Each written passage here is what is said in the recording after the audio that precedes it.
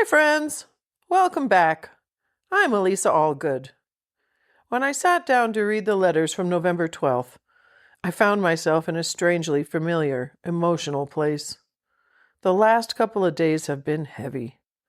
Veterans Day, it always opens something up in me. And this year, we had a massive geomagnetic storm here in Bozeman, Montana.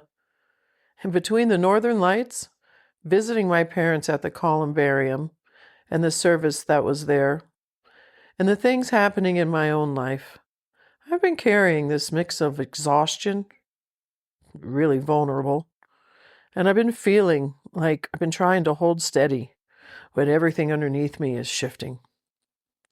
So I went ahead and opened these letters, trying to get grounded again and remind me where I came from and the love that created me. In these letters, my mom is about 8 months pregnant here.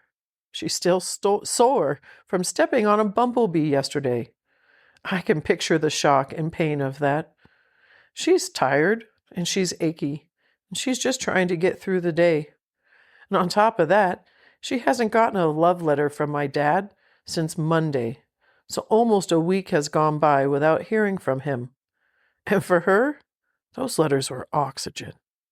In that silence, it made her feel so very alone. And my dad, meanwhile, he's on the other side of the world. He's on alert with Pie Hill. He's bored out of his mind and worrying about travel delays and dreaming about getting on the plane to go home to my mom. And he writes to her that if everyone loved the way they did, the world would be a better place. And now I think about that line, and it means so much to me. It really hits my heart.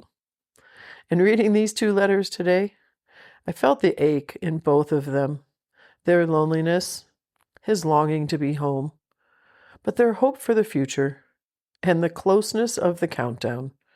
And in some strange way, even in my own emotional stretch these last couple of days, their words gave me something solid to hold on to.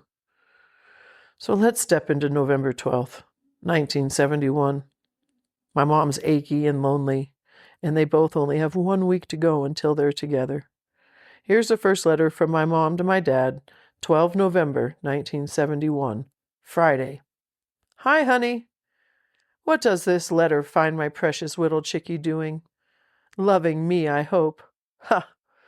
If you weren't coming home next Thursday, you'd have one very depressed wife on your hands. The damn Postal Service. Do you realize I haven't had a love letter since last Monday? Well, needless to say, it makes my day so empty, day after day, that I don't get my ration of love sent to me in an envelope. It doesn't lessen my love. I think I worry when I really know it isn't necessary. I just love my honey so much. You're my love and my life. Above all else, you are upmost in my thoughts and my actions. I love you, little chickie. I am yours. I slept late today. Eliza's folks are coming in today, so we won't be sewing until next week. I'm glad. My foot is so sore. I had no desire to be up and around on it anyway. Then Connie called. Went over and had brunch with her. Fish and salad. I'm so pleased with her improvement. I hope she'll be okay from now on. Baby, I forgot to tell you, I talked to Cookie last night. She got her bracelet, but no ring. She loves the bracelet. I told her I bet the ring would come in a few days. It was probably sent separately. Like I only got the walkie-talkies yesterday, and none of the other stuff yet. I told her not to worry too much, but you know Cookie. She was so thankful for you getting it all for her. You're a doll. As a matter of fact, I slept so late today, I had to get Connie to mail your letters at the hospital, so it would make the 3 p.m. pickup. I haven't done that in a very long time. I watched my soaps today. Baby, we're so close. I keep thinking, next week at this time, you'll be here. We'll be together. Boy, I'll be so happy.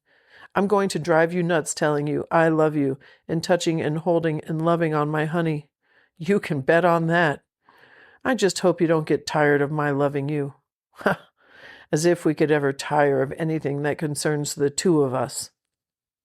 My feeling about us, our marriage, our life, it is so, so strong. Nothing, no one can ever do anything to change our love. Our everything is shake proof. Do you agree? That's a dumb question. I know the answer to that one.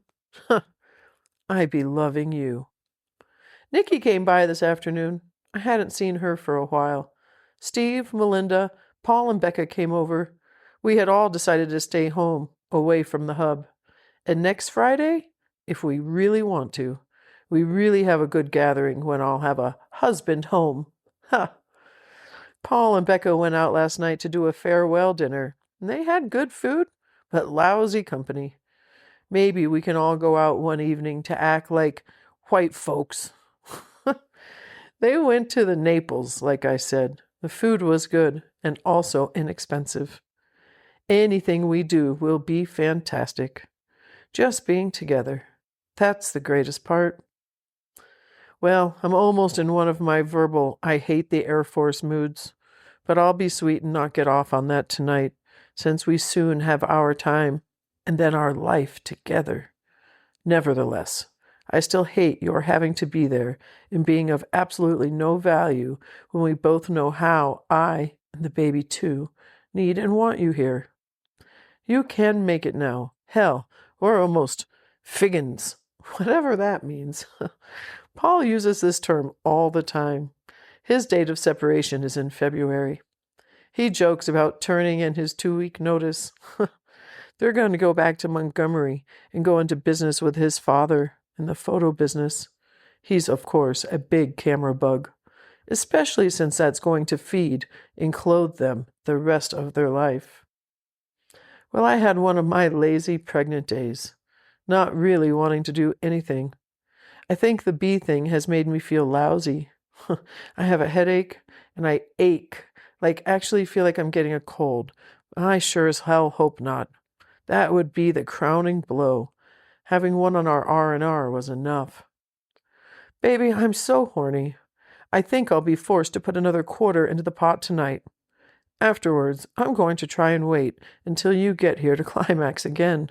That is, if I can wait. Well, Jan called from Travis today. So far, no engagement. She'll fill me in when she gets home.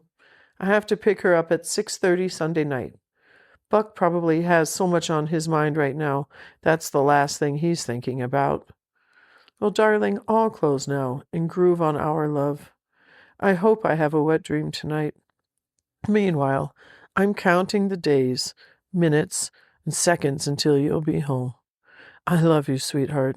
More than yesterday and less than tomorrow. I love you with all of my heart and soul. Forever and always, Sarah. Boy, my mom, she could write. And now from Vietnam, the other side of this 7-day countdown, here's my dad's letter from the very same day. 12 November. My dearest sweetheart, how about this stationery? Ha! I got 2 of the sweetest letters from my darling lover today. You know, I bet you love me as much as I love you. Ha! I know you do. You are my sweet precious. I was beginning to worry if Bill had gotten my last letter in the Florida registration. I can understand his being busy. I am glad Terry got her radio, and I hope she likes it. Jerry and Susan back together is good. I am also glad he is taking her on a trip. Maybe he can find a love for her that he had at one time. I just wish people could be as loving and happy as we are. The world would be better for it. Well, Pi and I have had yet another boring alert day. Ken was supposed to return from leave today, but as of now, 9 p.m., he has not gotten into Saigon. I tell you one thing, my plane had better not be late leaving Saigon. If it is, I will call you from somewhere and let you know where I am. Okay? Well, another day in the life of Pie Hill. I told you yesterday that his wallet was stolen. Well, today, after he talked to his wife to cancel all charge cards, etc. The security police called and they said that they have his wallet. Someone found it in a ditch by the pool. He was glad to get it back, but mad that he had called his wife. Baby, I love you. You are my little chickadee. One more Saturday, no more Fridays, and I will be home to you. You will have your arms and legs full of me, not to mention my queef. Sleep warm, my love, and dream of me 1 or 2 more nights. I will be there after that. I love you, Dick. Wow. Hi. Thanks, you guys. Thank you for walking this path with me. I recorded the Veterans Day podcast the day before, anticipating that Veterans Day would be challenging. But boy, I didn't anticipate 2 days, and honestly, I'm still kind of coming through it on today. And this podcast has a way of breaking things wide open for me and for life and for the things that I'm going through and just the way they loved and that I was in her belly. So thank you for listening to the Allgoods, Vietnam Through the Eyes of Love. These November letters are some of the most emotional for me. Not just because they're leading to my parents' reunion or to my birth, but because I can feel like every ache and every hope in their words, hope for their future. If you're enjoying the series, you can follow the podcast. Share it with somebody who loves a good story. Share it with somebody who loves a good love story. Or you can support the project at buymeacoffee.com/the Allgoods Love. And I'll be back with the next letter real soon. Thanks for your patience, as I know I'm a little late on this one. So until then, take care of yourselves and take care of the people you love. This life is short and we only get one. See you soon.